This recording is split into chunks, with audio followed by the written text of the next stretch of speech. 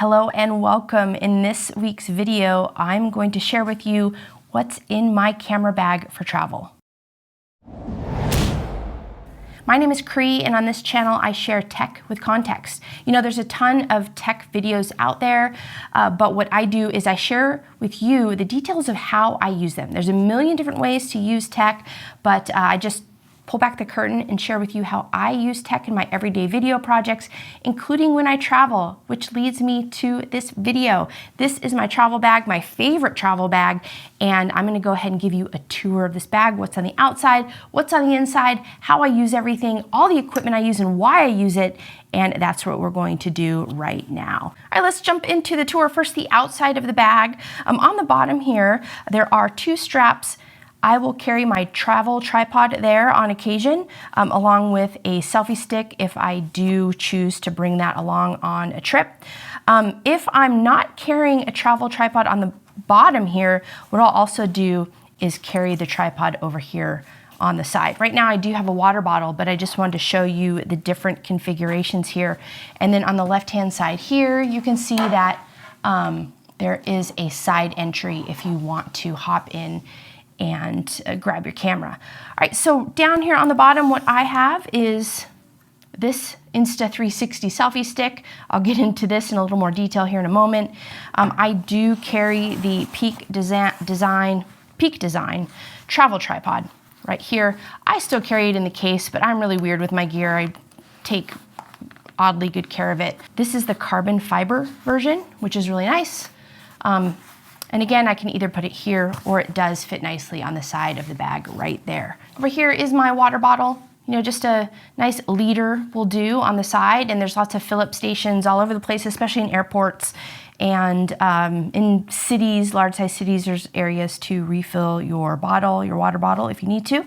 I hardly really use this side entry zip over there, but it is available if you want to use it. So let's go ahead and open this front pouch here. The Brevet backpack has two separate openings here. One thing I'll say about the black color, and this probably goes with all black backpacks, sometimes it's hard to find the little zipper. Oftentimes I'll open the wrong little area here on the backpack and I have to go into the other one.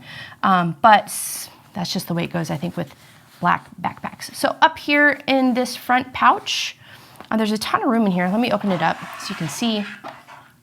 It's black, so it's tough to see in there, but there are mesh pouches in here. There's a nice big middle area opening if you want to stuff anything down there. But this is what I typically carry in my travel backpack.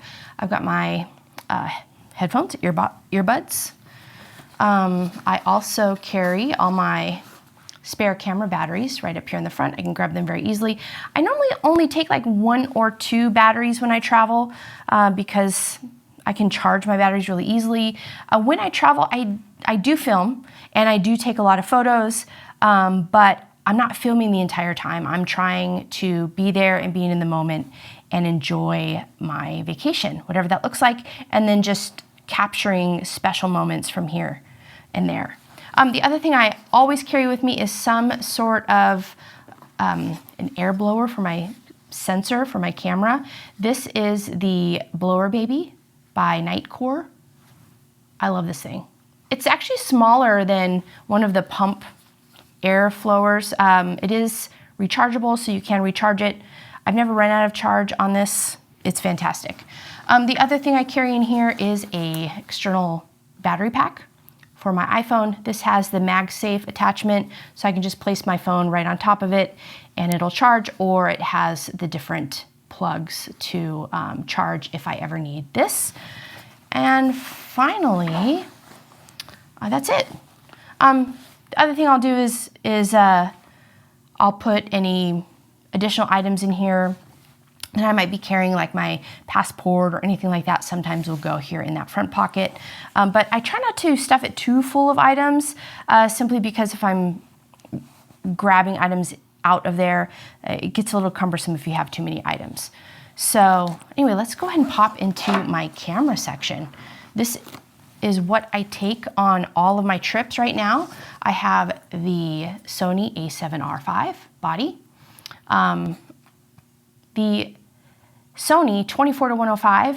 This is the f4 lens. I love this lens. This is on the body of my camera probably 85 to 90% of the time. I am going to go into a little more detail on the tech here in a moment, just giving you the bag tour right now. I also take the 16-35 f4 lens. This lens is highly underrated. I think a lot of people are using the f2.8 lens, which is huge. But this small sized f4 lens, I really enjoy it for travel. And over here on the side, I have my Insta360 X3. Just has a little pouch right here. You can see that. And then I do take some sort of a shotgun mic. This is not my favorite shotgun mic. It doesn't have the highest quality sound, but you don't need a cord for it with the Sony system. So I do tend to just toss this shotgun mic in the bag, and I can use it anytime I want to capture audio. All right, so that's it for the camera bag area. I do want to point out on the back of the bag right here, and I apologize, I've had this bag for a very long time, and I have dogs, so there's a little bit of dog hair on here. But this is my favorite hidden feature of this bag, this small size pouch right here. If it's a phone, you can put your passport in there, your driver's license. It's up against your back while you're carrying your backpack. I love this feature on this bag. Over here on the left side camera bag strap, I have my Peak Design clip. So basically, if I'm walking around, I can just clip this camera right here on my shoulder, and it is so convenient while you're traveling. Also, this bag has some top compartments. This nice large size compartment right here, I don't really have anything in here right now, but what I normally do is just leave this open.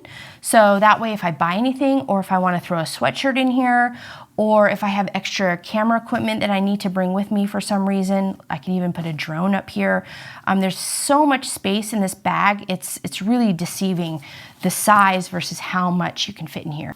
On the top of this bag, it does have a couple of pockets, one in the front with a zipper, and then there is one here in the back.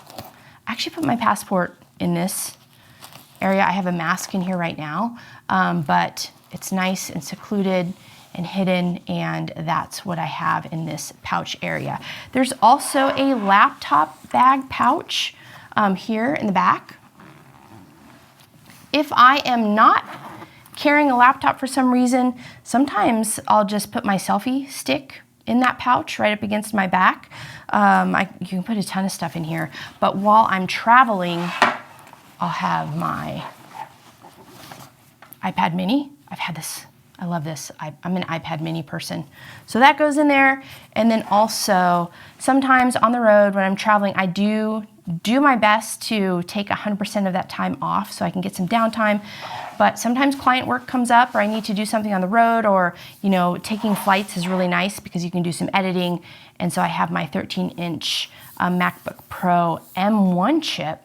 And I'll tell you what, this M1 chip I think is amazing. I have an M2 Max, and there's a little bit of a difference in these laptops, but this one is fantastic, and I love the 13-inch size, so that's what I go with when I travel. All right, a couple things about this bag. As you can see, it fits a ton of stuff. The size of it is my favorite because it fits very well on an airplane, in the compartment, by your feet. Also, when you're carrying it around town.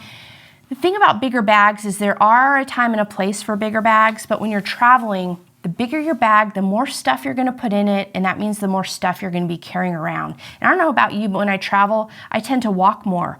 I'm walking 10, 15, 20,000 steps minimum in a day. And what that means is if I have a super heavy backpack, it just tires me out a lot quicker. I wanna be present on my vacation, so bag size matters, folks. This bag, again, I can't say enough. I've had this for 3 years now. It's still in decent shape. As far as the gear that I take with me, I am one of those people that I take my camera gear wherever I go. I do my best not to leave it anywhere. I want to have it with me at all times, not only so I can capture information, but if it got stolen, I'd be so sad. It it'd be a sad day. So I keep it with me. And what's nice is a lot of the gear that I shared with you, I can just take it out and leave it in the hotel if I want, like the tripods and things like that are a little easier and less expensive to replace. I'll kind of pack those things at the hotel, but mostly I'm carrying my camera gear with me. So next up, the gear I use. So right here is the A7R V with the Sony 24-105 f4 and the 16-35 f4. I also have this shotgun mic and the Insta360 X3. All right, so here is the reasoning behind this gear. Why the f4 lenses? Okay, so first of all, f4 in general, I'm just going to cover that first and then I'll dive into the reasoning behind these two lenses and why I take them with me. The f4 lens, first of all, is less expensive. They're a lot lighter. Like if you are traveling with anything like an f2.8, or if you're in f1.4, 1.8 territory, you're probably traveling with a prime lens. These are both zoom lenses, so what that means is I get a nice wide range, so I can zoom in on things when I want to, and I can frame things a little easier while I'm traveling. But the f4 is because when I'm traveling, I really don't care about a blurry background. And so that's the advantage you get with lenses with a lower aperture. So when you're in 1.4, 1.8, 2.8 territory, when you're doing a talking head shot like this, you're going to get that blurry background. Well, if I'm doing a talking head shot while I'm traveling, I want to see the background. So I take advantage of that when I travel. This 24-105 lens is a beautiful lens. It is just sharp. It's the perfect range that I want to get when I travel, that 24-105. I get the nice wide, and then I can also zoom in pretty well. The A7R V has the ability to switch over to APS-C mode. This is a full frame camera, so what happens is when you switch over to APS-C mode, it gives you additional reach. Now the quality isn't as high, but with this particular camera, I haven't run into any issues with quality when I'm posting to places like Instagram or Facebook or social media in general. And I'm able to get all the way out to 105 and I think 1.5 times that. So this is fantastic. This f4, this 24-105 lens, also has image stabilization in it, and it's fantastic when I'm walking around. I can turn on active stabilization in my camera, and that paired with this lens, I can walk around and get some pretty steady footage. I can also, in post, while I am editing that footage, I can run it through a stabilizer, and it's as if I'm walking around with a gimbal. It's really nice. So this 24-105 stays on my camera about 80 to 90% of the time. It's not the smallest setup, but it's manageable and it's not too heavy. When it's sitting on my shoulder, clipped to my shoulder, it doesn't feel too big. It's really, really nice, and I can't recommend this lens enough. Now, when I am traveling and there are situations where I want to get a wider view, I'm going to switch over to the 16-35 G Master Sony lens. Again, it's an f4 aperture. It's less expensive than the same focal length in f2.8 from Sony. It's also so light. It's one of my lightest lenses that I own, and it's just a beautiful lens. The zoom in and out is very smooth. It's got the click ring on it. All right, can you tell? I like this lens. I do use this lens quite frequently when I'm traveling, especially if I just, I want to frame something and it's a huge building or something like that. I can switch to this lens and it gives me everything I need. It'll also zoom all the way into 35 millimeters. That happens to be my favorite focal length. So if I'm doing a talking head, I don't necessarily need to switch over to the 24-105. Also, if I'm vlogging, I'll use this lens. The only difference and probably downside to this lens is it's not image stabilized. So if I want to do walking around shots, I just turn on active stabilization in my camera, and you're vlogging. So there's going to be a little bit of shakiness and moving around. So on to the next thing, the shotgun mic, I've covered that already. You could use any shotgun mic you really want with this, but this is the one that I just choose to throw in the bag. And this is, I think, what a lot of people are not taking advantage of when they travel. As you can see, I'm not carrying a drone. Sometimes I carry a drone, but a majority of the time, I want to fly a drone. I either can't because of laws in that area, or it's really not an appropriate place to fly a drone. And also, flying a drone takes a lot of time. It's not just a, hey, I'm gonna put this into the air and fly around and land it and put it away. It attracts a lot of attention, when I'm traveling, I don't really want to have to deal with any of that. And so majority of the time I don't take a drone, but I take this camera, and here's why. This selfie stick right here is made by Insta360, so when you put this high in the air, you cannot see this stick in your footage. But this stick is 120 centimeters. I'm sorry, 300 centimeters. I don't know what that conversion is into inches or feet, but it is so long. I can get this camera very, very high in the sky using this selfie stick, and all you do is you just screw this on like this.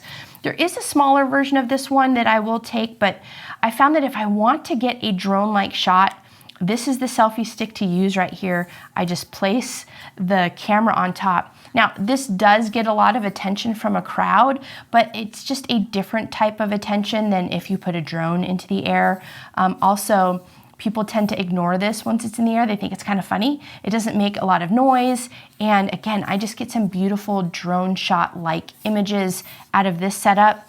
And I mean, arguably, apart from the selfie stick, it's a lot smaller than a drone. So that's really, really nice when it comes to this setup. So this is the rundown on my latest travel setup. Travel setups, I would say mine's changing a lot, but this is the latest and greatest one.